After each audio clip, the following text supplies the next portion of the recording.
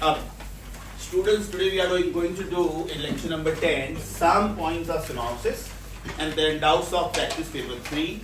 In the previous class I told you to solve questions from 1 to 40. In the next class you are going to solve from 41 to 75. It's one of the best practice papers. Thereafter I am sending one paper for printing which is very clearly overwritten over there, AIPMT questions old, and then 2013 onwards NEET. So it is very clearly mentioned at the top. These are all AIPMT questions and NEET questions. You can call them as PYQs actually. You can call them as PYQs. मैंने last lecture तक ना बोला था PYQs करने के लिए. जब तक कोई भी चैप्टर एकदम खत्म नहीं होता ना, उसका PYQs नहीं करने का. मैकेनिक्स में तो बिल्कुल नहीं करने का, बिकॉज मैकेनिक्स में it is always a combination of 2-3 chapters. Now there is one point related to the planet and the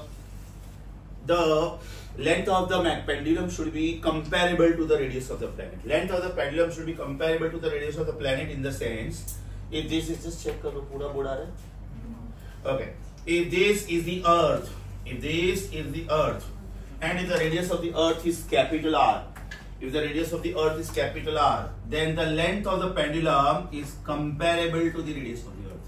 So as you see, I am taking the pendulum. This is suppose the rigid support, hypothetical rigid support, and this is the bob of the pendulum, right? If this is the length of the pendulum and this is the radius of the earth, then you can see that the pendulum is really large. And over here the proof is only for JEE Advanced. It is not even for JEE Mains. So over here we say that when the pendulum, of course simple pendulum, is comparable to the radius of the planet, means either equally long or more than that, right? Radius of the planet. That means, that is, L is greater than or equal to RE. Then the time period of the pendulum is given by 2 pi upon, actually it is T is equal to 2 pi under root L by G. So can I rewrite this as 2 pi upon root of G by L? बात तो एक ही है ना बेटा? It is root of G by L. So now it should be written as T is equal to 2 pi under root, खाली G by L नहीं आएगा, साथ में G by RE भी आएगा. मतलब one additional term will come. Apply common sense. This is G upon length. Because the pendulum is very long, it should be and G upon another length. And what is that another length? Radius of the planet. I repeat, T is equal to 2 pi upon under root G upon L is the standard formula, right? It should be G upon RE additional. That means time period should be 2 pi upon under root G common 1 upon L plus 1 upon RE. 1 upon L plus 1 upon RE. मतलब additional क्या आया इसमें? 1 upon RE. आपका standard formula ये था. Was it G upon L? Right? If the pendulum is sufficiently large, then it should be G upon L plus G upon RE. Now there are three possibilities. L is very large compared to R. Suppose the radius of the earth is 6400 kilometers, right? Then the radius of the, length of the pendulum is say 32,000 kilometers. Mind you, they think about this kind of imaginary experiments keeping in mind geostationary satellite. A geostationary satellite is revolving on the earth at a height of approximately 36,000 kilometers. So the scientists think this way: what if the satellite is not meant to go this way? What if the satellite is meant to go this way? Okay, I am US. I want only my country to be benefited. So I launch the satellite which will go this way, right? But I am US, no? I want to spy all the countries of the world. So I want my satellite to go this way. Are you getting my point? US is, US, Russia, China, everyone. They are launching their satellites in such a way that in the name of communication satellites, they keep a watch on the entire world. So now India also is smart. These are our geostationary satellites also. You are launching one satellite at a time. Okay, we are launching 104 satellites at a time. and not a single failure. All 104 satellites have been launched properly. Are you getting this? So that is the technology. So keep in mind this. Suppose the satellite is not going this way, but it is meant to go this way. That means if it oscillates this way, right? That means it behaves like a simple pendulum. So there are three possibilities. L is much greater than Re. Next is L is just equal to Re. And next is L is less than Re. Much lesser than Re. L is much lesser than Re का मतलब होता है आपका practical life pendulum, right? How much is L? Around a meter, right? Which is nothing in comparison with 64 lakh meters, because radius of the Earth is 6400 kilometers. So there are three possibilities. Now apply common sense. If L is much lesser than Re, if L is much lesser than Re, I don't know, there is some problem in the board. If L is much greater than Re, then can I say 1 upon L is much lesser than 1 upon Re? 1 upon L is much lesser than 1 upon Re.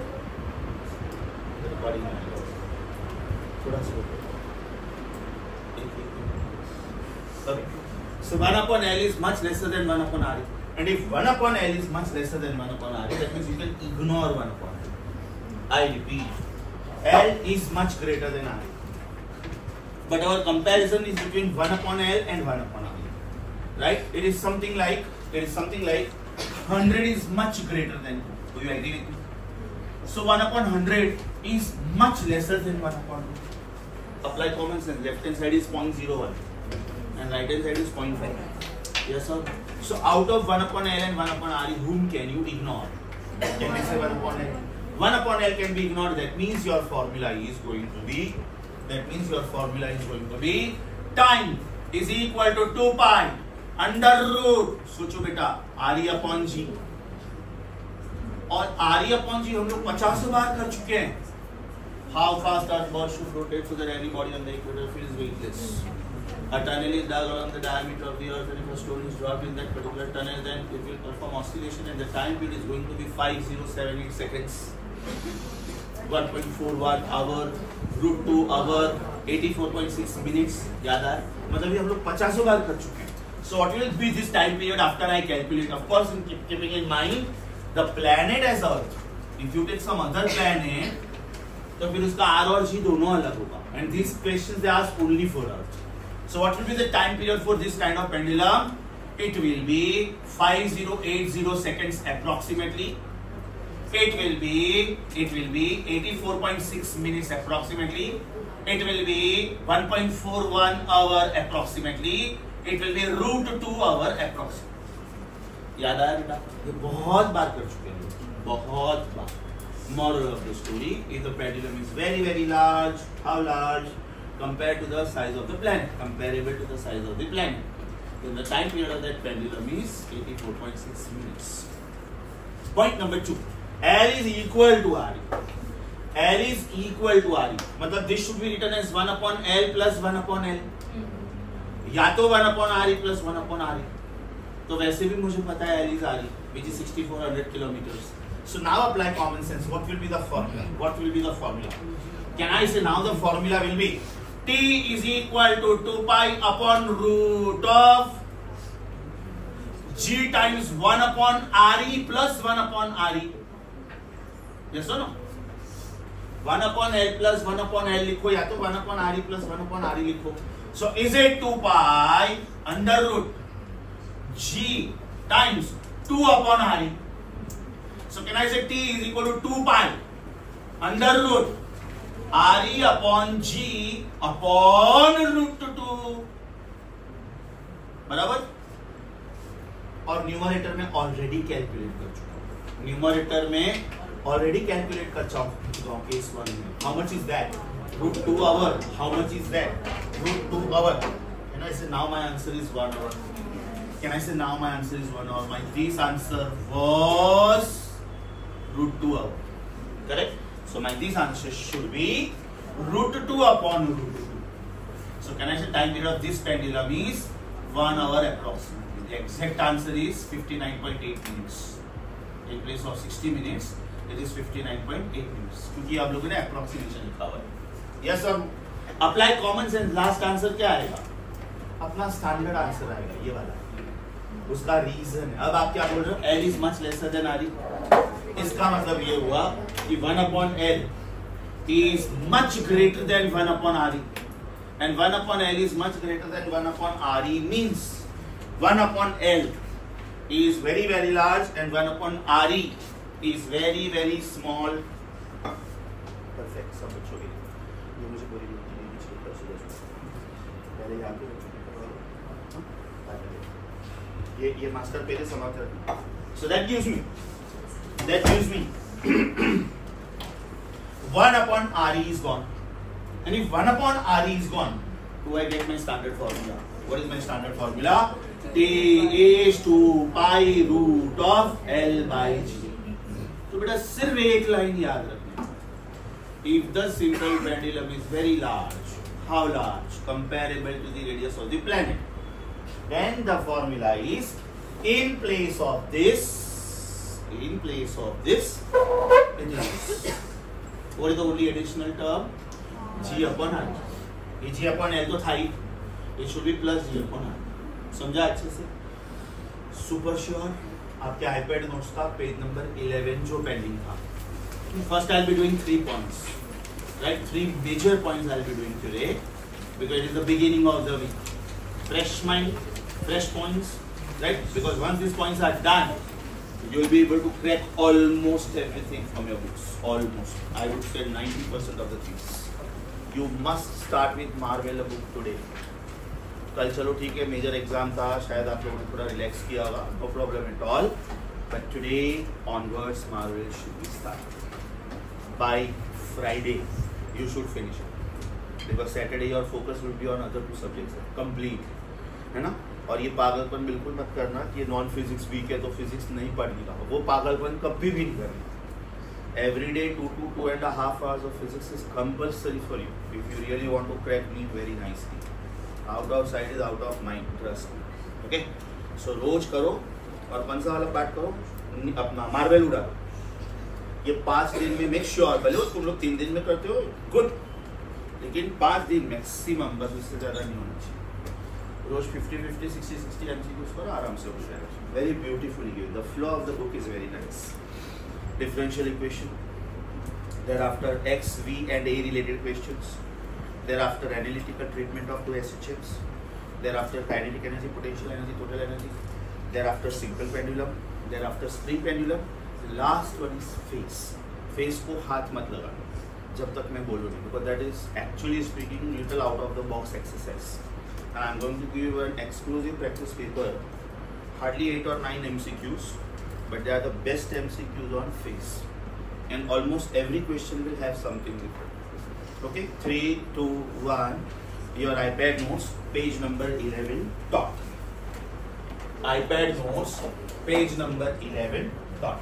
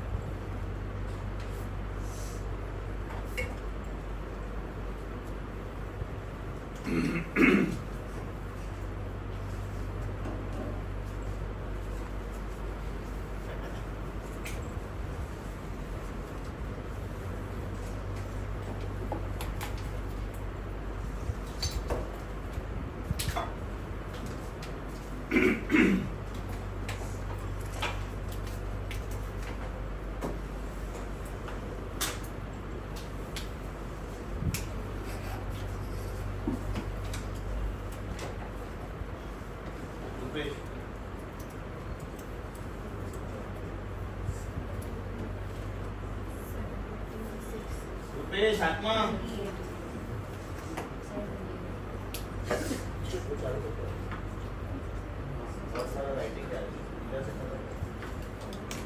next one, another very beautiful point, an absolute super questions come on this.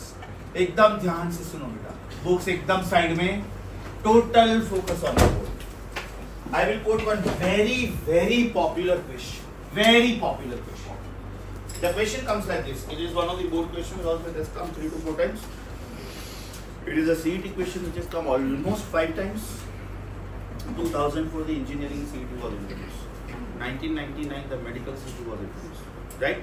Then 2013 it was turned into NEET. Minimum ये question 6 से 7 बार आ चुका है. Right? The question is, I will give you the numbers also. What numbers they give? If particle is at a distance of 3 centimeter, its velocity is 4. And if the particle is at a distance of 4 centimeter, its velocity is 3. Then what is the amplitude of SHM and what is the time period of SHM? Common sense apply करो बेटा. Data एकदम ध्यान से देखो. जब आप mean position से extreme position पे जाते हो, displacement बढ़ता है, लेकिन velocity कम होता है. Yes or no? So they will ask you what is the amplitude of this SHM and what is the time period of this SHM. अब obviously ये numbers तो मैंने सिर्फ आप लोगों को idea देने के लिए रखा हुआ है. When you are in general when you are deriving something, you should not write the numbers. It should be a formula, right? Then the formula is T is equal to 2 pi. T is equal to 2 pi under root x2 square minus x1 square upon v1 square minus v2 square upon v1 square minus v2 square. या तो फिर T is equal to 2 pi under root x1 square minus x2 square upon v2 square minus v1 square. अगर यहाँ पे 2 1 का order है तो यहाँ पे 1 2 का ऑर्डर है. अब आप ये फॉर्मूला डायमेंशनली चेक करो. डायमेंशनली न्यूमरेटर का यूनिट आएगा मीटर स्क्वायर, डिनोमिनेटर का यूनिट आएगा मीटर स्क्वायर पर सेकंड स्क्वायर. मीटर स्क्वायर गया, सेकंड स्क्वायर ऊपर गया, रूट के बाहर आया, आ गया सेकंड. समझा अच्छे से? ऑफ कोर्स ये हम लोग प्रूव करने वाले. ये तो जस्ट मैंने ऐसे लिखा हुआ है, but of course I am going to derive this. Okay, so this is the formula of time period. This is the formula of time period. Okay, and amplitude का formula is v1 square x2 square minus v2 square x1 square upon v1 square minus v2 square under root. इसको भी बेटा आप dimensionally check करो. Numerator metre square पर second square into metre square. Right? Of course dimensionally same physical quantities होगा तो ही subtract होता है. अपॉन मीटर स्क्वायर पर second square. This is under root. ये गया, आ गया मीटर स्क्वायर का root. So answer is metre square. समझा अच्छे से? ये हम लोगों को प्रूव करना है. यहां पे मैं लिख रहा हूं है, यहां पे मैं लिख रहा हूं if there are 2 locations x1 and x2 and if the corresponding velocities are v1 and v2, then the time period is this and amplitude is this. Now let us see how. Let us see how. ध्यान से सुनो बेटा, ध्यान से सुनो. Do you agree with me? V is equal to plus minus omega root of a square minus x square. So do you agree with me? V square is omega square a square minus x square. So do you agree with me? V1 square is omega square a square minus x1 square and v2 square is omega square a square minus x2 square. Please remember, for a given SHM, time period and amplitude cannot change. For a given SHM, time period and amplitude cannot change. अगर आप seconds pendulum की बात कर रहे हो, right, मतलब उसका time period fix है 2 सेकंड्स, वो चेंज नहीं हो सकता है. Yes or no? We say that all SHMs are periodic, मतलब उसका टाइम पीरियड चेंज नहीं हो सकता. So for a given SHM, remember A and T are same, constant throughout. इसलिए वेरिएशंस किधर आ रहा है देखो. x1 therefore v1, x2 therefore v2, लेकिन दोनों में एम्पलीट्यूड यही है और दोनों में टाइम पीरियड t होगा, तभी ओमेगा ओमेगा ये. मतलब यहाँ पे मैंने ओमेगा 1 स्क्वायर ओमेगा 2 स्क्वायर नहीं लिखा है. ये मैं इतना एम्फसाइज करके क्यों बोल रहा हूँ, क्योंकि इसके बाद वाला जो पॉइंट होगा ना, उसमें हम लोग 2 अलग अलग पेंडुलम लेने वाले, उनका लेंथ अलग अलग होगा, इसलिए उनका टाइम अलग अलग होगा. इसके बाद में मैं जो पॉइंट सिखाऊंगा उसके लेंथ अलग अलग होंगे, इसलिए उनका टाइम अलग अलग होगा. एंड देयरफॉर उसमें फेज डिफरेंस आएगा. Yes everyone? Now let us call this is equation 1 and let us call this is equation 2. Yes और नो? Apply common sense. मेरे पास 2 अननोन्स है और मेरे पास 2 इक्वेशंस है. अगर मैं रेशियो लेता हूं तो ओमेगा उड़ेगा, मतलब टाइम उड़ेगा, एम्पलीट्यूड बचेगा। और अगर मैं डिफरेंस लेता हूं, जजमेंट कैसे लेने का बेटा, देखो इधर आपको डिफरेंस दिख रहा है, अगर मैं डिफरेंस लेता हूं तो ए उड़ेगा, ओमेगा बचेगा। Your choice, whichever you want to select, you can select first. I would prefer subtraction. Equation 1 minus equation 2 gives you. Equation 1 minus equation 2 gives you. Yes, come on.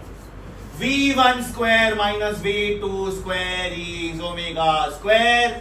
A square minus x1 square minus omega square. A square minus x2 square. So that gives me V1 square minus V2 square is omega square common. A square minus x1 square minus A square minus x2 square. Amplitude square gaya. That gives me V1 square minus V2 square is omega square. x2 square minus x1 square, ध्यान से देखो बेटा, this is minus plus, and therefore what will you get for omega square?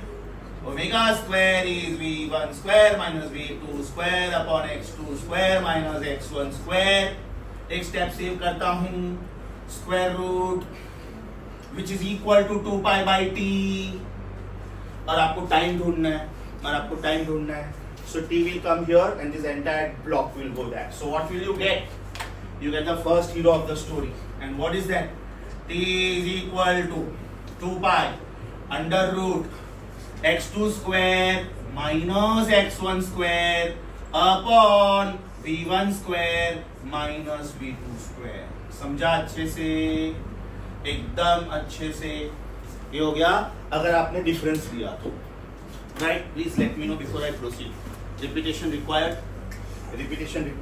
Now I will go for equation 1 upon equation 2. अच्छा, और एक बात, मैंने यहाँ पे equation 1 minus equation 2 लिया, आप इसको equation 2 minus equation 1 भी ले सकते हो, तो फिर क्या आएगा? v2 square minus v1 square।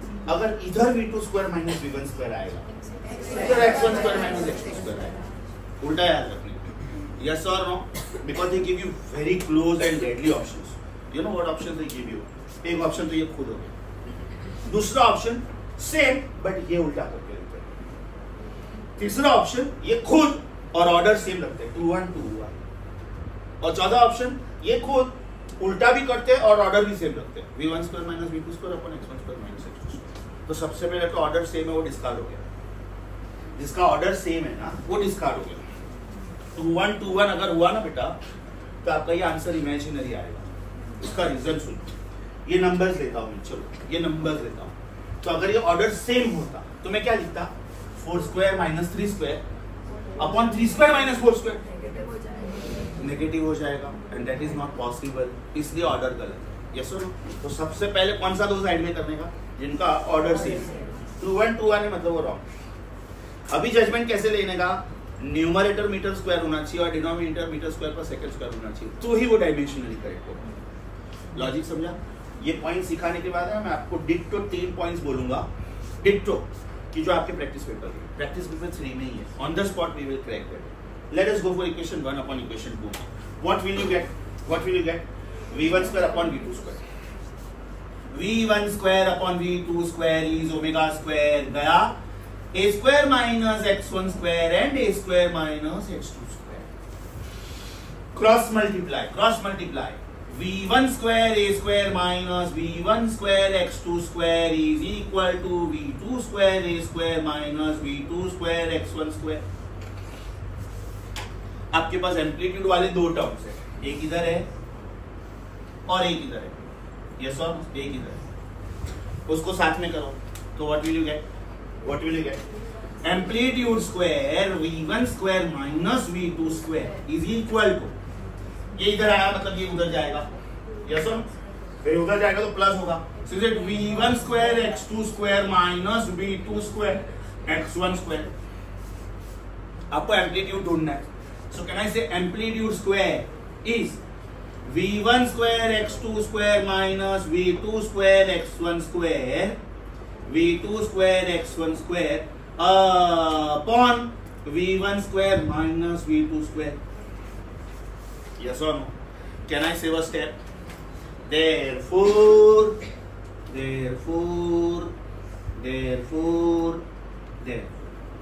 and we get the second hero of the story. Right? अभी ये टाइप का क्वेश्चन आया ना, इसमें एम्पलीट्यूड सबसे ज्यादा इजी होता है. ये 3 और ये 4 है ना, आपका एम्पलीट्यूड 5 है. Now a thought should come in your mind कि ऐसा क्यों. मैं ऐसे चल की बात करूँ, अगर x के इक्वेशन में साइन आता है तो v के इक्वेशन में cos आएगा, और अगर x के इक्वेशन में cos आता है तो v के इक्वेशन में साइन आएगा. Now they are complementary functions. So if I take displacement as one vector and velocity as another vector, angle between those vectors is 90 degree for sure. And because the angle is 90, मेरा answer पक्का आएगा 5. Check करें, अगर बेटा मैं x1 को 3 लेता हूं तो मैंने v1 को 4 लिया, और अगर मैंने x1 को 4 लिया तो मैंने v1 को 3 लिया. दोनों सूरत में मेरा आंसर 5 ही आएगा. समझा कि बाउंसर गया. तो ऐसा कोई भी क्वेश्चन जब भी आता है ना, तो आपका एम्पलीट्यूड बहुत easy. Amplitude is root of side 1 square plus side 2 square. Hypothetically मान लो मैंने आपको x1 2 दिया और x2 3, v1 3 दिया एंड v2 2 दिया, तो एटलीस्ट एम्पलीट्यूड का आंसर आप फटाक से बता सकते हो. Will it be root 13? फिलहाल आपने 5 कैसे निकाला? Root of 3 square plus 4 square ना, तो विल इट बी रूट 13? और बाद में टाइम का आंसर निकालने का ये सब्स्टिट्यूट कर. समझा अच्छे से? तो अभी जो मैंने ये हाइपोथेटिकल प्रॉब्लम लिया है, अगर मैं उसको सॉल्व करता हूं, can I say as per the data given, as per the data given मेरा एम्पलीट्यूड का आंसर 5 आएगा. टाइम पीरियड का आंसर ढूंढ के देखते हैं. टाइम पीरियड का आंसर क्या आएगा? 2 pi under root x2 square minus x1 square, 4 square minus 3 square, right, upon 4 square minus 3 square again. Oh lovely. t is 2 pi. समझा? This will be x2 square minus x1 square and denominator is v1 square minus v2 square. Logic समझा बेटा? Is that very clear? Sure. मैंने जो green colour से लिखा है वो एक स्पेसिफिक प्रॉब्लम लिखा है जो एटलीस्ट 5 टाइम्स आ चुका है. आपको जो पेज नंबर 23 पे मिलेगा आईपैड नोट्स में, वो डेरिवेशन मिलेगा. डेरिवेशन, ठीक है? रिवाइज करो प्लीज. और उसके बाजू में रेड कलर या ब्लू कलर कोई भी एक से लिख लो, सैंपल प्रॉब्लम. अच्छा, सैंपल प्रॉब्लम में क्या लिखने का बेटा? ये डेटा लिखने का. मैंने जो ऊपर लिखा है ना, ये आपका सैंपल प्रॉब्लम है. ये आपका सैंपल प्रॉब्लम, क्योंकि इसमें मैंने नंबर लिखे हुए हैं, करेक्ट. और मैंने जो ग्रीन कलर से लिखा है वो उसी का आंसर हुआ. आई स्ट्रांगली इंसिस्ट कि ये सैंपल प्रॉब्लम आप आईपैड पेजेस के साथ में डाल दो. Just guiding you for one small thing. If we pause the recording right now, and if we shift to the other classroom, will it stop? Means we will have to recontinue. Yeah, please do that. हाँ, एक minute, please. Pause करा, stop मत करना, please. Okay, बेटा. The next point is now about this point you don't have to write anything, and you being biology students, यहाँ पे मैंने पूरा trigonometric table छाप के दिया है. साइन और कॉस का और टेन का. हम लोगों को 0 से 90 तक पता होता था. यहाँ पे 360 डिग्री तक दिया हुआ है, लेकिन वो सब रट्टा मारते नहीं बैठने का. क्या सिखाया था मैंने? याद करो बेटा. Sine 0 0, sine 30 half, sine 45 1/2, sine 60 √3/2, sine 90 1. Right. अब ये वैल्यूज फिक्स है. ये 0 है, ये हाफ है, ये 1/2 है, √3/2 है, और ये 1. तो जाते वक्त sine 0, sine 30, sine 45, sine 60, sine 90, sine 120, sine 135, sine 150, sine 180, और बाद में ये साइड पे सब नेगेटिव. समझा? तो टेबल रट्टा नहीं मारने का. अच्छा, दूसरा, एक बार आपको साइन याद हो गया ना, तो कॉस उल्टा बोलना है. साइन आप यहां से शुरू करके यहां जाते हो, कॉस आपको वहां से शुरू करना है. Is that clear? 1/4, 1/2, 3/4, 1 sine function, 1/4, 1/2, 3/4, 1 cos function. तो कॉस यहाँ से शुरू करने का. cos 0 is 1, cos 30 is √3/2, cos 45 is 1/√2, cos 60 is half, cos 90 is 0. समझा? तो टेबल रट्टा नहीं मारने का, राइट? अभी जो मैं पॉइंट करवा रहा हूँ ना, वो अपर हाफ का point. Again extra ordinarily beautiful question, very beautiful. I will give you two standard numbers कि what variations do they bring about in the question. जब तक मैं बोलूँ नहीं, ये पेज साइड में रखोगे आप लोग, देखोगे तक नहीं, ध्यान से देखो बेटा. Right? Do you see these two pendula? Not of same length, not of same length. अगर इनके लेंथ सेम नहीं है तो इनके टाइमिंग्स भी सेम नहीं हो सकते. Yes or no? इसका मतलब will you please come out?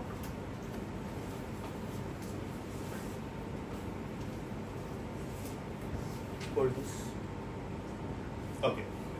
Right now, both these pendula are at the same position. हाँ? मैं जब भी बोलूँगा तभी छोड़ने का. तेरे साइड पे खींच इसको, बॉक को. एकदम ऐसा खींचने का. हाँ. हाँ. अभी मैं जब भी बोलूँगा तेरे साइड पे खींचना इसको. हाँ. खींच तेरे साइड पे. बराबर? अब ये दोनों पेंडुलम का लेंथ सेम नहीं है, इसलिए टाइम सेम नहीं होगा. तो जब हम लोग right now they are together, but when we leave it, check please, 3, 2, 1 leave, they go out of phase. हम लोगों ने पास्ट में क्या किया था, याद है? ये किया था, स्टे देयर. हम लोगों ने पास्ट में ये किया था, 1/4, 1/2, 3/4, 1. Wherever we go together. That means phase difference is 0. Next था 1/4, 1/2, 3/4, 1. Phase difference is 1. तीसरा था 1/4, 1/2, 3/4, 1. फेज डिफरेंस था 90. लेकिन इसमें फेज डिफरेंस कुछ भी होगा. We will repeat the experiment. 3, 2, 1. Put it on your side.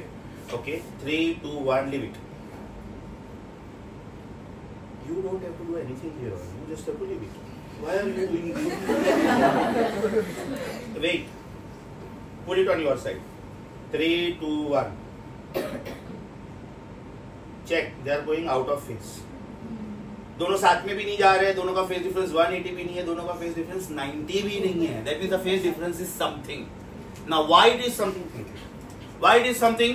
There lengths are not same, and when their lengths are not same, that means their timings can not be the same. So now very very popular question comes like this. Two pendula. एकदम ध्यान से सुनना बेटा, because वो जो tough वाला part है ना, फेज डिफरेंस वाला पार्ट, वो आज से शुरू हो रहा है. Two pendula of periods t and say 5/4t. मतलब अगर बेटा एक को 1 सेकेंड लगता है तो दूसरे को 1.25 सेकेंड लगता है. एक को 2 सेकेंड लगता है तो दूसरे को 2.5 सेकेंड लगता है. The time periods are not same. If two pendula of time periods t and 5/4t start at the same time, right? Start at the same time, that means they oscillate simultaneously. Means when we started them together. Then what is the phase difference? What is the phase difference between them after the completion of one oscillation by shorter pendulum? This is one possible question they ask you. And second is by longer pendulum. Now let me give you one hypothetical example to understand this. These are two students. एक का speed ज्यादा है, एक का speed कम है. This student reads in 4 minutes 1 page, and this student reads in 5 minutes 1 page. 4 minutes में 1 page, 5 minutes में 1 page. मतलब अगर मैं इसको ध्यान में रख के रीडिंग लेता हूं, तो शी इज स्लो। और अगर मैं इसको ध्यान में रख के रीडिंग लेता हूं, then she is fast, because she finishes reading 1 page in 4 minutes. That means in 1 more minute, which is the 5th minute, she will start reading the second page. She will somewhere on second page. 5th minute page का तो first page complete हुआ है अभी तो. Are you getting this? That means the timings are not same. That means the reading speed is not same. Logic समझा? अब इसमें दो अलग अलग क्वेश्चन जो आते हैं ना, वो ध्यान से सुनने का. ये दोनों में से फास्ट कौन है? तो अगर मैं पेंडुलम की लैंग्वेज में गिनूं तो इसको कम टाइम लग रहा है और इसको ज्यादा टाइम लग रहा है. That means this is a shorter pendulum and this is a longer. तो आप कौन से पेंडुलम के बाद रीडिंग लेते हो, वो सबसे ज्यादा इंपॉर्टेंट है. कि मैं इसको इंपॉर्टेंस देके अपना रीडिंग ले रहा हूं कि इसको इंपॉर्टेंस देके अपना रीडिंग ले रहा हूं. मैं बोल रहा हूं बराबर बेटा आप स्लो, राइट. मैं बोलता हूं बराबर है, very good, your speed is good. समझा मैं किसको इंपॉर्टेंस दे रहा हूं? बिकॉज बेटा बुक में इतना डिटेल लैंग्वेज में नहीं लिखेंगे ये लोग, and I don't want you to mug up. If she reads 1 page in 4 minutes and she reads one page in 5 minutes, same book, that means she is faster than her. Pendulum की language में this is T.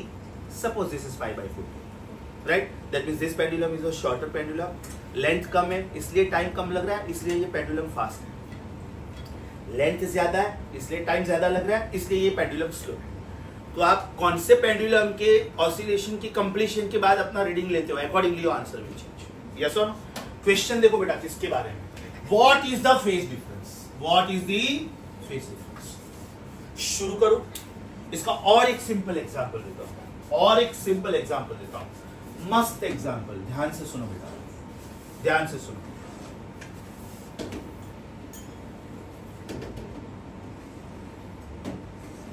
Number of oscillations by pendulum number 1 and by pendulum number 2. Pendulum number 1 का time period है t, pendulum number 2 का time period है 5/4t. Suppose मैं t को 1 second बोलता हूं, तो बेटा फिर ये 1.25 सेकेंड्स हुआ कि नहीं? इसका मतलब ये हुआ कि in 1 second, 2 seconds, 3 seconds, 4 seconds, 5 seconds, 6 seconds, 7 seconds, 8 seconds, 9 seconds, 10 seconds. In 1.25 seconds, 2.5, 3.75, 5. मैं क्या कर रहा हूं समझ में आ रहा है? 1.25 का मल्टीपल ले रहा हूं. अब ध्यान से सुनो. 1 सेकंड में ये एक ऑसिलेशन खत्म करेगा, 2 में 2, 3 में 3, 4 में 4, 5 में 5. 5 सेकंड में ये 5 ऑसिलेशंस खत्म करेगा, लेकिन वही 5 सेकंड में ये सिर्फ 4 ही ऑसिलेशन खत्म कर पाया, right. In 5 seconds 5 oscillations, in the same 5 seconds 4 oscillations. एक ऑसिलेशन का फर्क आया, राइट. 1 ऑसिलेशन का डिफरेंस इज इक्विवेलेंट टू 2 पाई का फेज डिफरेंस. सोचो, एक ऑसिलेशन का मतलब क्या होता है बेटा? 2 पाई. समझा? π/2. एक ऑसिलेशन जब एग्जैक्टली खत्म होता है, अनदर गोल्डन रूल, एकदम ध्यान से सुनो, एब्सोल्युटली इंपॉर्टेंट इन फिजिक्स. जब एग्जैक्टली एक ऑसिलेशन खत्म होता है, आप यहां से शुरू करते हो, आप यहां पे हो, then 3 things to be noticed, 3 very important things to be noticed. Very important things to be noticed. Time period is t. Length difference is lambda. इसको बेटा वेव लेंथ बोलते हैं. And phase difference is 2 pi. Phase difference is 2 pi. इसका face अगर 0 है तो इसका face π/2 हुआ, बराबर. इसका फेस पाई हुआ, इसका फेस 3π/2 हुआ, और इसका फेस 2π हुआ. तो सोचो ये दोनों पॉइंट के बीच में, इसके और इसके बीच में फेस डिफरेंस कितना हुआ? 2π. तो आज के बाद एक गोल्डन रूल दिमाग में छप जाना चाहिए. very important for anything related to waves. And the golden rule is phase difference of 2 pi is always equivalent to space difference, length difference, most popularly known as path difference of lambda is always equivalent to time difference of 2 pi. मतलब ये हुआ बेटा कि जब exactly एक wave का difference आता है और अगर उन्होंने फेज डिफरेंस पूछा तो 2 पाई, लेंथ डिफरेंस पूछा तो लैम्बडा और टाइम डिफरेंस पूछा तो टी, कैपिटल टी। अब आप इसके साथ जो करते हो ये दोनों के साथ वही करना है। मैं बोलता हूं फेज डिफरेंस पाई का आया, बोलो ये क्या आएगा? Proud of you, perfect. Pi बोला ना मैंने, ये time difference T, I am so sorry, slip of ink, time difference T. अब अगर बेटा मैं इसको 2 पाई बाई 4 करता हूं तो ये कितना हुआ? लैम्बडा बाई 4, और ये कितना हुआ? T by 4। You know what is the meaning of 2 pi by 4? Pi by 2 मतलब मैंने सिर्फ 1/4 ऑसिलेशन खत्म किया है, सो टाइम उसको टी बाई 4 लगना चाहिए, याद करो, राइट? आप इसके साथ जो करते हो ये सब के साथ वही करने का। Is that very clear? अगर मैंने इसको 2 पाई बाई 10 लिखा, लैम्बडा बाई 10, टी बाई 10। अगर मैं इसको 2 पाई इंटू 2 करता हूं, you know what does this mean? मैं अभी 2 ऑसिलेशन का डिफरेंस ले रहा हूं। You know what does this mean? बेटा ये 10th सेकंड पे 8 ऑसिलेशन खत्म करेगा, सोचो, बराबर। लेकिन वही 10 सेकंड्स में ये बंदा 10 ऑसिलेशन खत्म करेगा। इसका 5 मतलब इसका 4 है, right? 5 oscillations by this is equal to 4 oscillations by this, क्योंकि ये स्लो है, राइट? तो 10 oscillations by this is equal to 8 oscillations by this. Yes or no? Is that clear? And when exactly phase difference of 2 pi is there, they will appear at the same position again. सोचो, याद करवाता हूँ. What is sin 30? When will you get half again? 30 plus 360. वैसे sin 30 half है, तो sin 150 भी half है, लेकिन इनका डायरेक्शन अलग है ना, नॉट अलाउड। तो अगर sin 30 हाफ है, मुझे सेम लोकेशन भी चाहिए और सेम डायरेक्शन भी चाहिए, तो I should keep adding 360. Am I there again? When will I be there again? 30 plus 360, 30 plus 360 plus 360, 30 plus 360 plus 360 plus 360. What am I doing? Am I adding 360 degree?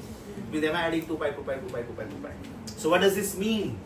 If the phase difference is 0, या तो 2 pi, या तो 4 pi, या तो 6 pi, या तो blah blah blah 2 and pi, then they are said to be in same phase. समझा बेटा?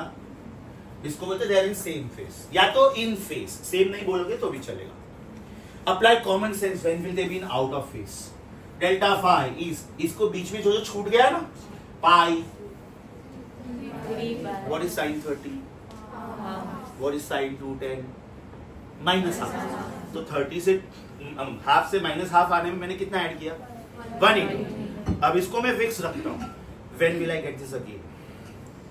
When will I get this again? ये 30 था, तो ये 30 प्लस पाई है। So then this should be 30 plus pi plus 2 pi.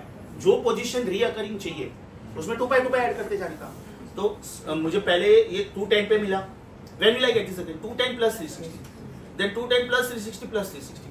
Moral of the story, ये 0, 2 pi, 4 pi, 6 pi था ना, तो आएगा pi, 3 pi, 5 pi, 7 pi, blah blah blah, 2n minus 1 pi, या तो 2n plus 1 pi. You know what does this mean? इसको बोलते हैं बेटा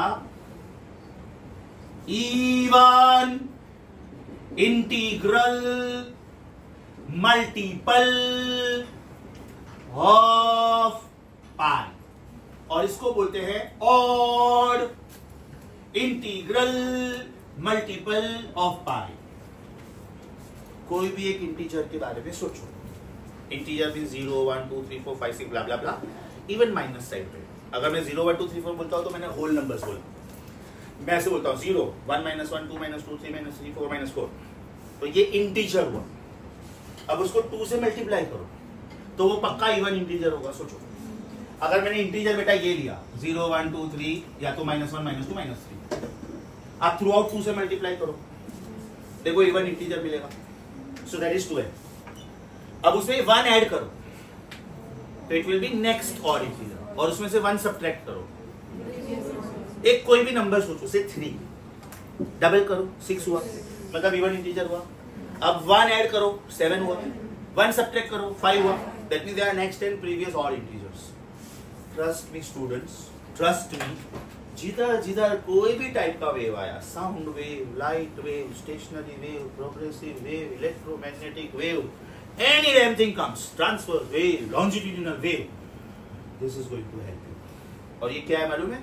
आपके बुक का जो पॉइंट नंबर 9 पेंडिंग था, आपके बुक का पॉइंट नंबर 9 सिनॉप्सिस का जो पेंडिंग था, प्लीज गो देयर।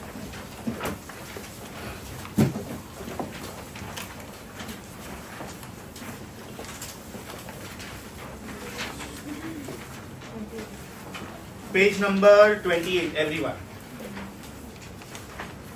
उसको बेटा 10 स्टार मार्क करो, 20 स्टार मार्क करो, और बाद में बोलो for utmost details on this, for utmost details on this refer iPad notes page 29A। अभी पेज 29A क्या है मालूम है आपको? जब मैंने आईपैड नोट दिया था इसमें 27 पेजेस थे, 28 पे मैंने कुछ लिख पाया था, एनालिटिकल ट्रीटमेंट ऑफ रिसर्च। अभी जो आपको पेज मिला है इधर मैंने लिखा है कि call this as page 29A, मतलब ये पार्ट आपका ब्लैंक है, फ्यूचर में इधर कुछ आया तो ऐड कर देने का। घर पे जाके विदाउट फेल इसको आईपैड के पेजेस के साथ स्टेपल करना, राइट? बिकॉज अनफॉर्चुनेटली मैंने जब फाइल प्रिंटिंग में भेजा ना तो 27 के बाद कुछ ब्लैंक पेजेस आ गए मेरे आईपैड में, तो मुझे लगा कि ये खत्म हो गया वहाँ पे, और लास्ट में कुछ पेजेस थे तो कॉपी पेस्ट करके आगे लाना मैं भूल गया, सॉरी फॉर दैट। ओके, तो बेटा ये पेज आपके आईपैड नोट्स के साथ जाना चाहिए। एनीवेज, अपना सिनॉप्सिस का पॉइंट अभी तक खत्म नहीं हुआ है, खत्म नहीं हुआ, because I have to yet solve this problem, I have to yet solve this problem. Very very very important MCQ. वापस बेटा नोट्स साइड में रख दो। Are you understanding the meaning of in same phase? Are you understanding the meaning of in opposite phase? In opposite phase. Opposite phase कब आएगा? When you get pi, 3 pi, 5 pi, 7 pi. In phase कब आएगा? When you get 2 pi, 4 pi, 6 pi, 8 pi, something like that. Up to infinity. Up to infinity. Right? In same phase को कभी-कभी सिर्फ in phase भी बोलते हैं. Right? And in opposite face को कभी कभी आउट ऑफ फेस भी बोलते हैं, राइट? तो बेटा ये जो पार्ट मैंने लिखा ना अभी, ये पार्ट अभी जो लिखा ना मैंने, ये आप लोग अभी जो प्रिंटेड पेज मिला ना उसके बैक पेज पे ऐड करोगे। Means you are going to call this as 29B। या तो ये पेज को 29 बोलना है तो उसको 30 बोल दो। I think that would be making more sense. अभी आपको जो पेज मिला उसको 29 दे दो, page 29। On the back page it will be page 30। हाँ, मैं जब आपको टाइम दूं तभी ये कॉपी करने का, फिलहाल डोंट वेस्ट टाइम। हाँ, मैं टाइम दूं तभी, ये वैसे ही बोलते रहेगा। Back to the question please, back to the question. मैं ये क्वेश्चन पे वापिस आता हूं, सुनना ध्यान से।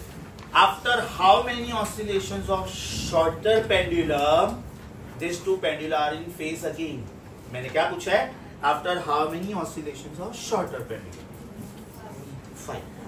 बराबर, मैं ऑप्शन दूंगा 2, 3, 4, 5।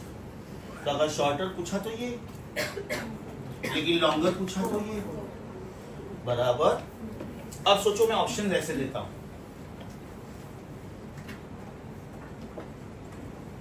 After how many oscillations of shorter pendulum they are in phase again? Correct, क्योंकि मैंने आपको ये चॉइस दिया ही नहीं। तो 2, 3, 4, 5 का चॉइस होता तो पहले ये आता, अब ये मैंने दिया ही नहीं, तो इसके बाद में ये वापस रिपीट होगा क्या ये इवेंट? यस। 5, 4, 10, 8, 15, 12। एक बार मुझे एकदम बेसिक नेचुरल नंबर्स मिल जाने चाहिए। इनके बीच में फेज डिफरेंस कितना है बेटा? 1 का फेज डिफरेंस मतलब 2 पाई। इनके बीच में फेज डिफरेंस कितना? 2 का मतलब 4 पाई। चलेगा ना? राइट, नेक्स्ट आएगा 15 and 12, 3 का मतलब एकदम बेसिक 1 का लेके आने का डिफरेंस। 1 का डिफरेंस लेके आए बाद में, whatever you are doing to this, you should do that to this. आपने इसको 2 से मल्टीप्लाई किया, नो पार्शियलिटी, इसको भी 2 से मल्टीप्लाई किया, इसको 3 से मल्टीप्लाई किया, इसको भी 3 से मल्टीप्लाई किया। So when will be the space again 10 and 8 again 15 and 12. Basic was 5 and 4. Logic समझा, सुपर श्योर। ये क्या था बेटा? Phase difference, very good. ये क्या था? और ये क्या था? और ये क्या है? एनीथिंग अदर देन, वो कुछ भी हो सकता है। पाई बाई 3 हो सकता है, पाई बाई 4 हो सकता है, पाई बाई 6 हो सकता है, 2 पाई बाई 3 हो सकता है, we don't know. Is that clear? Some phase difference. शुरू करूं प्रॉब्लम सॉल्व करना। Okay, proof. हम लोगों को फेस डिफरेंस ढूंढना है। What is the meaning of phase difference? Is it phase number 1 minus phase number 2? So can I say phase difference is phase number 1 omega 1t minus omega 2t। याद है आपको previous class में मैंने क्या बोला था? एम्पलीट्यूड और time same आता है, याद है? मैंने ए और टी ढूंढा था। यहाँ पे टाइम सेम नहीं आना चाहिए, नहीं है ना, इसलिए मैंने इसको omega t1 minus omega t2 नहीं लिखा है, omega 1t minus omega 2t लिखा है। इनके कैपिटल टी इज सेम नहीं है, इनके स्मॉल टी सेम नहीं है, इनके कैपिटल टी सेम नहीं है, क्योंकि ये दो अलग अलग पेंडुलम है, उनका लेंथ सेम नहीं है, टाइम सेम नहीं है। What will you get about this? 2 pi by t1t minus 2 pi by t2t. समझा बेटा? Sure. So that gives me phase difference is equal to 2 pi 1 upon t1 minus 1 upon t2 times t. बेटा ये आपका एकदम general formula हुआ, ये आपका एकदम जनरल फॉर्मूला हुआ। मतलब एग्जाम के टाइम में अगर आपको डायरेक्टली ये फॉर्मूला याद रहता है, no need to waste time, आप यहां से शुरू कर सकते हो सीधा।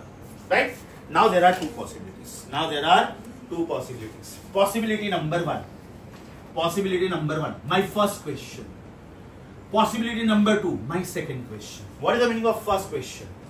After the completion of one oscillation of shorter pendulum. तो शॉर्टर पेंडुलम मतलब टी को t1 लेने का, एंड लॉन्गर पेंडुलम मतलब टी को t2 लेने का। आपने जिसको इंपॉर्टेंस दिया वो टाइम लेने का। आपका फर्स्ट क्वेश्चन क्या है? Shorter pendulum. शॉर्टर पेंडुलम का टाइम क्या लिया आप लोगों ने? बराबर t1 को t लिया है और t2 को क्या लिया है? 5/4t। तो वो तो प्रॉब्लम्स वाइज हुआ ना, मैं तो इन जनरल फॉर्मूला निकालना चाहता हूं, तो ये t और 5/4t मैं फिलहाल नहीं लिखूंगा। So what equation will I get now? What equation will I get? Delta phi is equal to 2 pi 1 upon t1 minus 1 upon t2 times t1 बराबर। और यहाँ पे क्या आएगा? यहाँ पे क्या है? Delta phi is equal to 2 pi 1 upon t1 minus 1 upon t2 t2, right? t1 को अंदर लेके जाओ, so this will give you 2 pi t1 upon t1 minus t1 upon t2, and this will give you delta phi is equal to 2 pi t2 upon t1 minus t2 upon t2। यहां पे ये गया और यहां पे ये गया, and your final answer is 2 pi 1 minus t1 by t2, and this is 2 pi t2 upon t1 minus 1। Yes और नो? डिपेंड करता है बेटा आपने किसको इंपॉर्टेंस दिया है, डिपेंड करता है आपने किसको इंपॉर्टेंस दिया है, आपका दोनों आंसर अलग अलग आएगा। ये स्टूडेंट बोलती है कि सर इसको इंपॉर्टेंस दो, और ये स्टूडेंट बोलती है सर इसको इंपॉर्टेंस दो, दोनों का आंसर अलग आएगा। राइट मैंने इसको इंपॉर्टेंस दिया, तो बेटा मेरा आंसर आएगा delta phi is equal to 2 pi 1 minus 4/5। सोचो t1 अपॉन t2 का रेशियो देखो, what was t1? t, and what is t2? तो what is t1 upon t2? t upon, समझा? श्योर। यहाँ पे क्या आएगा बेटा? यहाँ पे क्या आएगा? Delta phi is equal to 2 pi 5/4 minus 1। मतलब यहाँ पे मेरा आंसर आया 2 पाई इंटू 1/5, और यहाँ पे मेरा आंसर आया 2 पाई इंटू 1/4। मतलब यहाँ पे मेरा आंसर आया 2 पाई बाई 5 रेडियन और यहाँ पे मेरा आंसर आया π/2 रेडियन, मतलब यहाँ पे मेरा आंसर आया 72 डिग्री और यहाँ पे मेरा आंसर आया 90 डिग्री। समझा? इसने 4 मिनट में एक पेज पढ़ा था और इसने 5 मिनट में एक पेज पढ़ा था। तो हाइपोथेटिकली इफ आई से if the page is equi spaced, ये 0.25 पेज आगे, इसने 4 पेज पढ़ा 4 मिनट में, 5वें मिनट में ये 1/4 पेज और पढ़ेगी, वही 5 मिनट में इसका तो पहला ही पेज कंप्लीट हुआ है अभी। लॉजिक समझा बेटा? क्वेश्चन एकदम सेम होता है, एकदम डिट्टो सेम होता है, खाली वो लोग एक वर्ड चेंज करते हैं, या तो शॉर्टर पूछते हैं या तो लॉन्गर पूछते हैं। I will show you ditto the same question. Assignment number 2 question number 16। Assignment number 2 question number 16, एकदम आराम से पढ़ना please. Assignment number 2 question number 16, एकदम आराम से पढ़ो बेटा। उससे भी बेटर क्वेश्चन शायद 20 होगा। Better question is 20, please go to 20।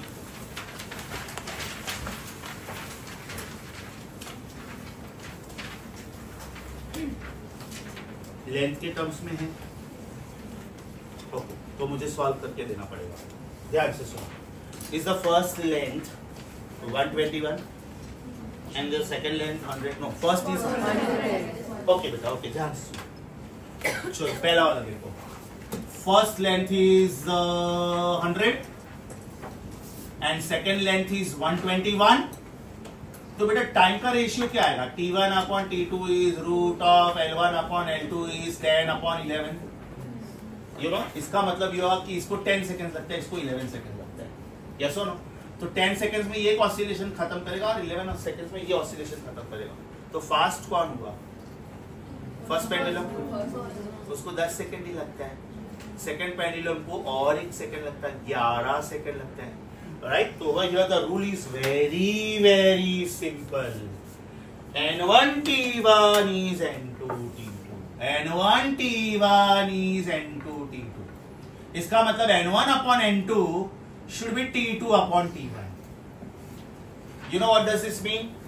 10 और 11 का LCM क्या है? 110, right? 10 और 11 का LCM क्या है? 110। मतलब ये 11 ऑसिलेशंस खत्म करेगा तब ये 10 ऑसिलेशंस खत्म कर रहा होगा। वापिस सुनो ध्यान से, ये दोनों पेंडुलम में फास्ट कौन? फर्स्ट वन की सेकंड वन? फर्स्ट वन ने 10 सेकंड में एक ऑसिलेशन खत्म कर दिया, सेकंड वाले ने 11 सेकंड लगाया, मतलब डेसिमल पॉइंट का फर्क आया, राइट? अब 110 सेकंड में ये कितना ऑसिलेशन खत्म करेगा? और वही 110 सेकंड में ये रेशियो उल्टा हुआ। यस और नो? तो शॉर्टर पेंडुलम हुआ तो नंबर ऑफ ऑसिलेशन ज्यादा लेने का, और लॉन्गर हुआ तो कम लेने का। अभी क्वेश्चन नंबर 20 देखो और मुझे सोच के बताओ बेटा। After how many oscillations of longer? Very good. उसमें देखो 11 भी है ऑप्शन में, ऑप्शन में 11 भी है, राइट? तो इसका सोल्यूशन कैसे लिखने का? N1 into T1 is N2 into T2. Therefore, आगे सुनो, अभी तक मैंने कंप्लीट नहीं किया है। N1 upon N2 is T2 upon T1. Can I write this as root of L2 upon L1? Oh lovely. Time is directly proportional to root of length. N1 upon N2 is T2 upon T1 prove किया मैंने। But what is T2 upon T1? Root of L2 upon L1. What is L2 upon L1? 121 upon 100. Right? तो अगर ये 121 upon 100 में लिखता हूं तो 11 upon 10 लिखूंगा। इसका मतलब N1 is 11, N2 is 10। N1 कौन है? N1 number of oscillations by the first one. N2 कौन है? Number of oscillations by the second one. सोच के बताओ बेटा, वर्डिंग्स में कैसे लिखोगे इसको? वर्डिंग्स में कैसे लिखोगे? When shorter pendulum completes n oscillations, सुनना ध्यान से। When shorter pendulum completes n oscillations, longer pendulum completes n plus 1 की n minus 1। Perfect, perfect, n minus 1। अगर मैं ये बोलता हूँ कि longer pendulum completes n oscillations, shorter n plus 1, एक ज्यादा, because then only they are in phase again. Yes or no? hold there. This point is very beautifully given in your book. मतलब अभी आप लोगों को दो चीजें साथ में रिफर करनी है. ओके, पहले बुक के point number, synopsis book point number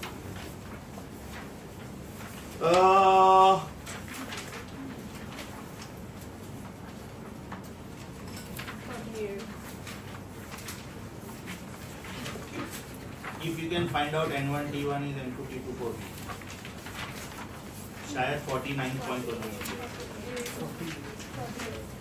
48, brilliant, very good. 48 point पढ़ो बेटा आराम से. 48 पॉइंट आराम से पढ़ो.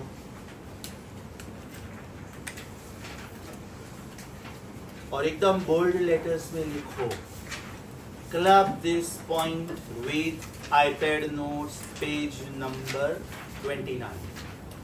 Club this point with iPad notes page number 29. Book open रखो. अभी आप लोग पेज नंबर 29 पे आओ, मतलब ये वाला अभी जो मैंने पेज दिया हो, ये जो सिंगल पेज दिया ना, हाँ, इधर नीचे ट्रिग्नोमेट्रिक टेबल है, ऊपर लिखो club this page with, club this page with. You didn't get this page. क्यों?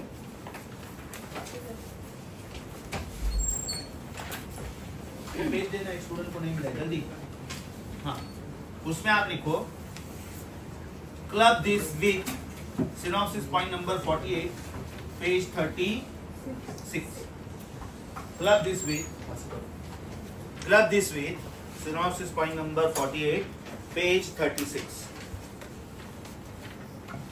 अभी बेटा ये दोनों पॉइंट्स आप लोग एकदम आराम से ध्यान से पढ़ोगे. दोनों आईपैड पेज भी पढ़ो, बुक का पॉइंट भी पढ़ो, दोनों को टिक करो. तब तक मैं आपके लिए इसके ऊपर बेस्ड डिक्टो क्वेश्चंस ढूंढता हूँ कि एग्जैक्ट इसके ऊपर क्वेश्चंस कौन से देखते हैं.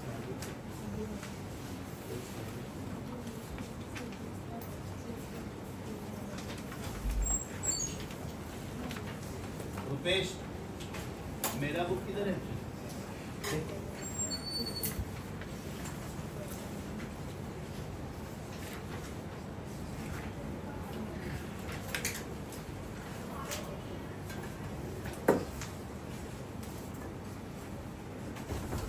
एकदम आराम से पढ़ो बेटा, तब तक मैं आपके लिए क्वेश्चन ढूंढता हूँ.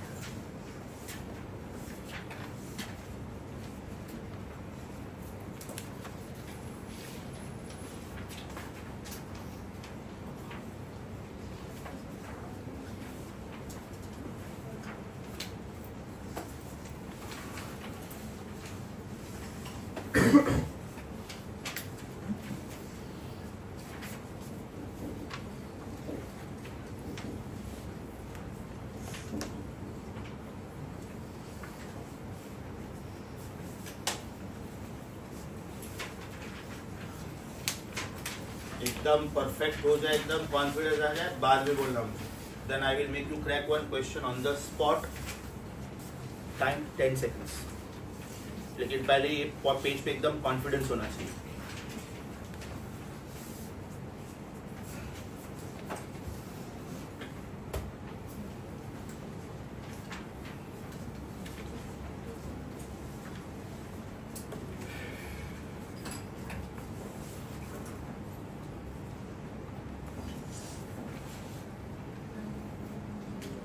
अगर आप ऊपर ध्यान से देखोगे ना आईपैड पेज में, तो मैंने T1 और T2 को हाईलाइट करके दिया है.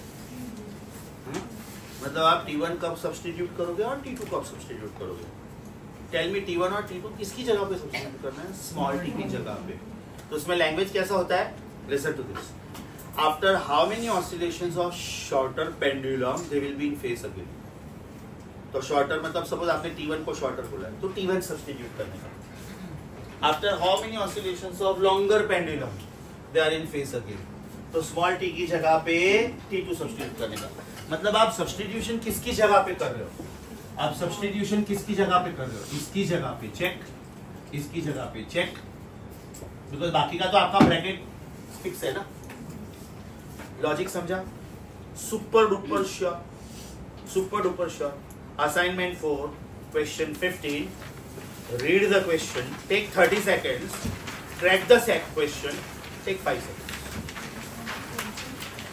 Assignment 4, question 15, page 57.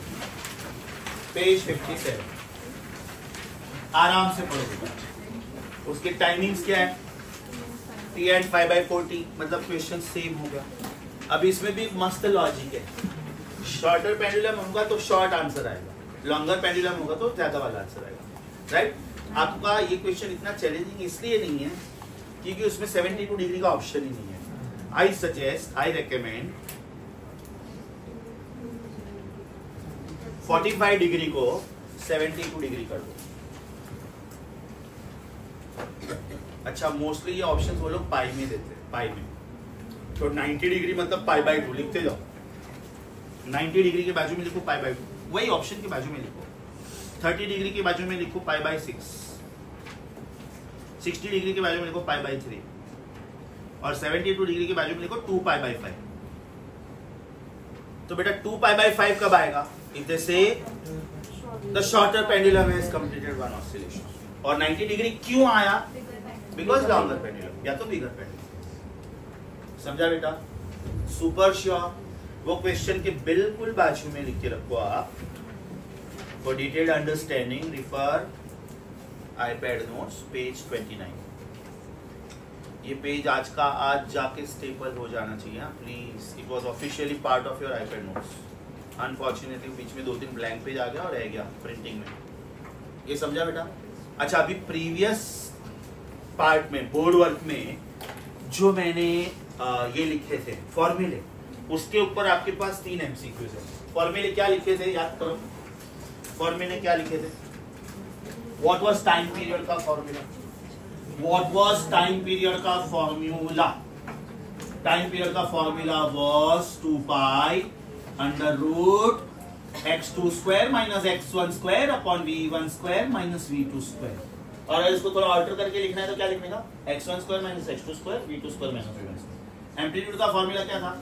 v1² x2² - v2² x1² upon v1² - v2²।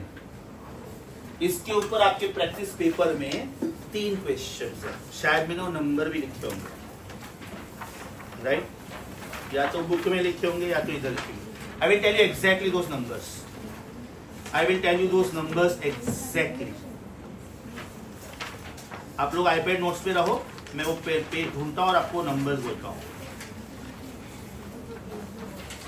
लिखो आप लोग, पेज 23 पे लिखो, iPad नोट्स के पेज 23 पे लिखो, solve practice paper 4, solve practice paper 4 questions 21, 72 and 73. I repeat, solve practice paper 4, question 21, 72, 73. Please move there. Are you on practice paper 4? Are you on practice paper 4?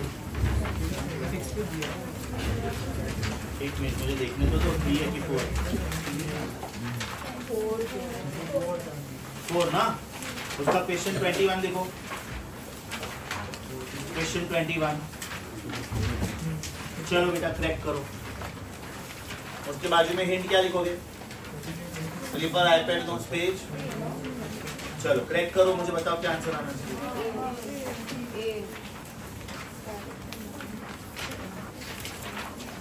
Will you please help me with the question numbers again? 20, 21, 72, 73. 72 and 73. और ये page number क्या है? Sorry 99 and 105. Page practice paper 4 शुरू कहाँ से होगा? वो page देखो। 97। ओके, अब ध्यान से सुनो, सीक्वेंस क्या है। ये 3 क्वेश्चंस आप क्रैक करोगे, उसके बाद में आप ये पार्ट अपने iPad नोट्स में कॉपी करोगे। कहाँ पे कॉपी करोगे? This should be page number 30। आपको आज मैंने जो पेज दिया ना, उसका बैक पेज ये होना चाहिए, राइट? तब तक मैं क्या करता हूँ, I have to give you one paper which is previous AI PSC questions and NEET questions. तो उसके लास्ट पेज पे मैं के लिख रहा हूँ अभी, तो at least you can cross check, right? I need approximately 5 to 7 minutes for this. You will also need approximately 5 to 7 minutes for this. ध्यान से सुनो, ये 3 क्वेश्चंस क्रैक करो, बाद में ये कॉपी करो, राइट? तब तक मैं आता हूँ. I will just write the key for that. Where is my page?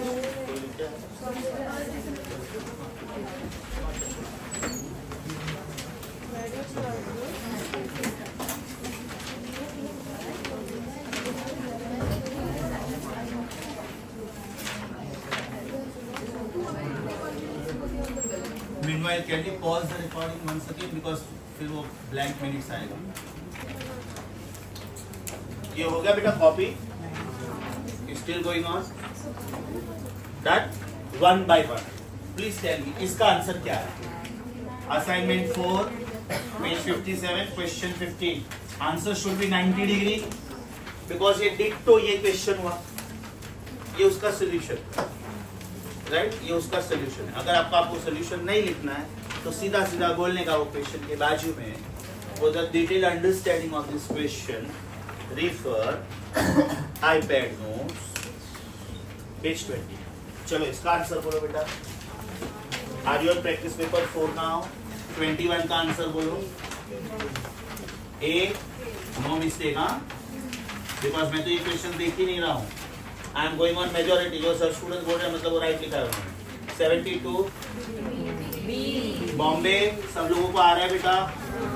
और 73 बॉम्बे. इसमें क्या लिखने का? For detailed explanation of this refer iPad notes page 23.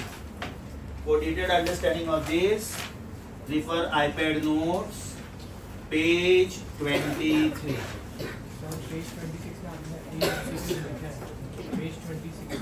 वो एमसीक्यू नंबर लिख के दिए. हाँ राइट. ओके, चल now we can discuss some doubts of practice paper 3 which was given to you. Now it goes without saying you have got lot of homework. खतरनाक homework है next lecture के लिए, because ये week में मैं एक ही बार मिल रहा हूँ तो मेरा काम तो करना पड़ेगा. ये पार्ट आ रहा है, ये भी आ रहा है. फॉर नेक्स्ट लेक्चर होमवर्क नहीं किया तो मरोगे.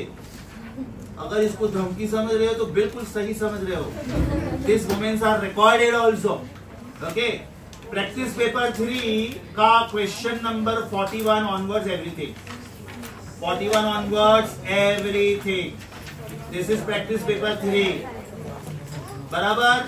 आज जो मैं नीट के 85 एमसीक्यूज दे रहा हूं वो करने का, राइट? उसके ऊपर लिखा होगा AIPMT क्वेश्चंस. उसके बाद में marvel, except phase difference, all exercises must be over. Except phase difference वाला एक्सरसाइज एवरीथिंग. मेरा लेक्चर जब भी अनाउंस होता है you to submit your book outside. मुझे नहीं पता है, मंडे आ सकता है. आई डोंट नो, वो मेरे हाथ में नहीं है. वो लॉटरी निकलता है. इसका कौन सा लेंथी चैप्टर चल रहा है? कुछ भी नहीं. सब टीचर के लेंथी चैप्टर्स चल रहे हैं. अभी देखो सत्य सर 2 वीक नहीं थे ना, तो नॉन स्टॉप मैंने उनके लेक्चर्स लिए. अभी वो आ गए तो उनका चैप्टर भी तो आगे जाना चाहिए ना. मैं जबरदस्ती साइड में बैठ रहा हूँ क्योंकि उनका चैप्टर भी तो इक्वली साथ में जाना चाहिए ना आगे. मेरा लेक्चर मंडे को भी आ सकता है. इसका मतलब ये हुआ कि तुम लोग रोज का रोज ही काम करो और ये खत्म करो. ये बड़ा मार्वेल भी सबमिट करना है. यस, और मार्वेल लूज शीट्स भी सबमिट करना. बुक सबमिट मत करना. मैं तुझे बोल रहा हूँ, पूछ नहीं रहा हूँ कि मैडम ये होमवर्क मैं दूं कि नहीं. इधर आप सच्ची फेमस हो जाएगी. मेरे व्यूज बहुत होते हैं, सोचो बहुत फेमस. ऑफर दिया बाद में बोल रहा है चांस मिला था लिया. डांटूंगा नहीं, कसम डांटूंगा नहीं. अभी एक स्टूडेंट को सच्ची में मैंने कॉम्प्लीमेंट दिया है. दिखाता हूँ तुम लोग की प्रॉब्लम सॉल्व करो. ये होमवर्क को मैं दिखाता हूँ.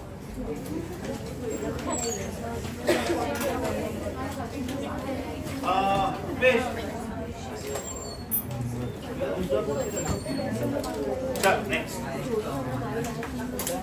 प्रैक्टिस पेपर 3 क्वेश्चन 1 to 5 में कोई डाउट? देख लेते बेटा, देख लेते, कोई बात नहीं, मैंने भी नहीं देखा क्योंकि कोई भी बैच में डिस्कस नहीं हुआ अभी तक डाउट। आज के लेक्चर से डिस्कस होने वाला है, तो मुझे खुद को नहीं पता है। प्रैक्टिस पेपर 3 दूसरा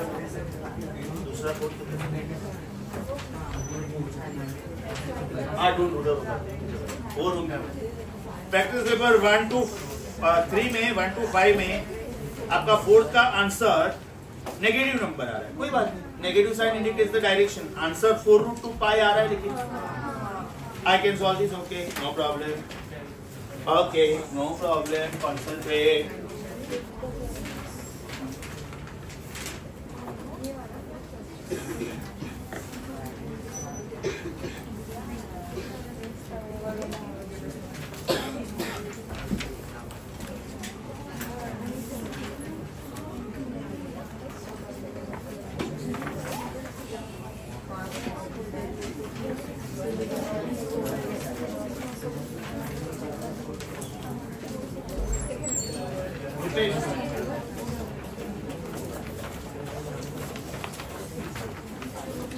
Practice paper 3 question 5. Practice paper 3 question 4. Question 4. The displacement of a particle is by तो ब्लैक दिखता है वो। अब लोग जब मिरर में शक्ल देखते हैं, जितने दाग रहता है उसके ऊपर ध्यान देते हैं ना। The displacement of a simple The displacement of a simple harmonic oscillator is given by y is equal to 4 cos. Y is equal to 4 cos 2 pi t plus pi by 4. ध्यान से सुनो बेटा, वेलोसिटी ढूंढना है 2 seconds पे। Can I से velocity is derivative of displacement? चलो इसका डेरिवेटिव बोलो, 4 derivative of cos is minus sin, so this is minus sin 2 pi t plus pi by 4 into derivative of 2 pi t plus pi by 4, बराबर ना? So this is minus बाहर आया 4 sin 2 pi t plus pi by 4 into derivative of 2 pi t plus pi by 4 is 2 pi only, because pi by 4 का derivative will be 0. Is my final answer minus 8 pi sin 2 pi t plus pi by 4. Time कितना है बेटा? Time 2 seconds. Apply common sense. What is sin of 4 pi plus theta? Sin theta. What is sin of 2 pi plus theta? Sin theta. 4 pi plus theta. Sin theta. 6 pi plus theta. So is my answer minus 8 pi into sin of pi by 4. So is my answer minus 8 pi into sin of pi by 4 is 1 by root 2. My answer is minus 4 pi root 2. Minus sign indicates direction. Perfect. अच्छा question.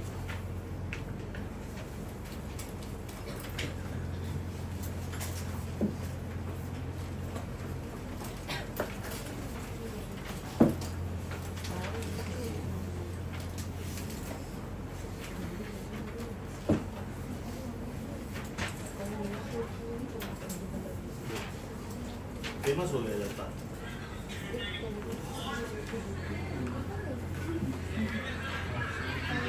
कितना famous हो गया लड़का अभी बोरी valley.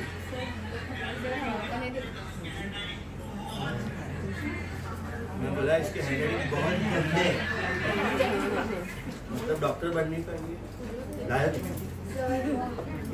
Doctor के handwriting बहुत गंदे है, खाली फार्मासिस्ट को सब कोई के बहुत अच्छे। डॉक्टर रमेश पटेल बोरी वैली ऑर्थोपेडिक सर्जन, तो जब लिखते हैं ना तो ऐसे लिखते हैं, सब कैलीग्राफी में। मैं तो इन जनरल तो क्वेश्चन बहुत पढ़ना था। बोल अभी भी क्या वीडियो ना लेक्चर के बाद में तुझे आना है। नेक्स्ट बार एक साल तुम लोग ऐसी वीडियो भी तो वायरल करो कि ना आंसर जॉली है। मेरी खड़ूस वाली वीडियो वायरल करते हैं। नहीं सर किसी के मम्मी को डांटा। इतने सारे हस्बैंड का फोन आया सर हाउ डू यू, मैं नहीं डांट सकता आपकी बीवी को। चलो बेटा 5 to 8 में कोई डाउट? 5 बहुत easy, mg is ma omega square, ये वाला याद करो, वो डाइविंग वाला स्प्रिंग बोर्ड वाला। तो mg down m omega square a up. Will you please help me with iPad page? वो स्प्रिंग बोर्ड वाला क्वेश्चन बेटा, mg is equal to m omega square. If you can help me with iPad page number. Drishti मिला? हाँ हाँ हाँ 15 page 15। जिनको बेटा 5th नहीं आया था लिखो, refer iPad page 15। mg is equal to m a omega square. m cancel, आपको एम्पलीट्यूड ढूंढना था। चलो 6 to 8 में कोई doubt? Sorry 6 to 8। 8th one y is equal to sine omega t plus cos omega t. Simple है बेटा, मतलब इसका एम्पलीट्यूड √2 हो गया और इसका इनिशियल फेज याद करो। इनिशियल डिस्प्लेसमेंट मतलब you to put time 0, so it will be sin of 0 plus cos of 0। एक मिनट, इनिशियल डिस्प्लेसमेंट का मतलब क्या? y at time 0। तो आपको ये जो इक्वेशन दिया है ना, उसमें टाइम जिधर जिधर दिखता है उधर 0 डाल दो। तो will be sin of omega into 0 plus cos of omega into 0। sin of 0 is 0, cos of 0 is 1। your answer is 1। समझा कि वापस बोलो? श्योर। 9 to 12 में कोई doubt?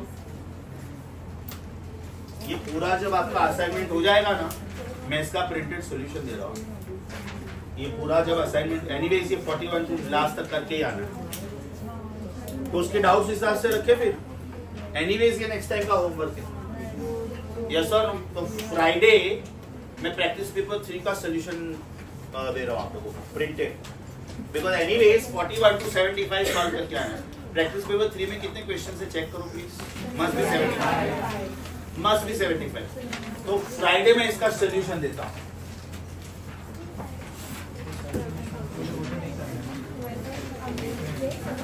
And anyways this weekend is a non physics weekend. तो जैसे मेरा next lecture आता है, इसके डाउट्स लेंगे हम लोग। यस और no? Solve everything please, humongous work है। इसके बाद में आपका वापिस एक इम्पोर्टेंट चैप्टर शुरू हो रहा है, work power energy. So before you go on vacation on 4th May, before that make sure that your oscillation is completed। ये पेज जाके स्टेपल कर दो। हाथ में होमवर्क कौन लिखता है? शीट।